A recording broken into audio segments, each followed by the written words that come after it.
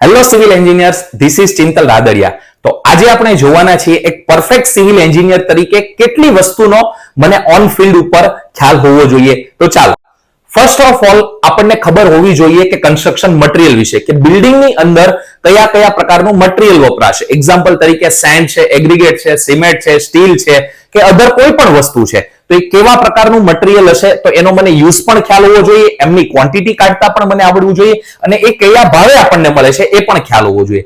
Second one છે construction plan. દેન third one છે construction process. કે એક્ઝામ્પલ આપણે લઈએ કે કોલમ જ્યારે હું ઉભો કરું છું તો એ કોલમનું કાસ્ટિંગ કઈ રીતે થતું હોય છે, એમનું સ્ટીલ કઈ રીતે બંધાતું હોય છે, એમનું શટરિંગ કઈ રીતે થતું હોય છે, એમના માટે કયો પ્લાન જોવાનો હોય છે, તો એ વસ્તુ પણ આપણને ખ્યાલ હોવી જોઈએ. ફોર્થ વન છે કન્સ્ટ્રક્શન એજન્સી અને ફિફ્થ વન અને મોસ્ટ ઇમ્પોર્ટન્ટ કે કોસ્ટિંગ એન્ડ એસ્ટિમેશન. તો આ પાંચ વસ્તુ એવી છે કે જે as a perfect civil engineer તરીકે આપણને ખ્યાલ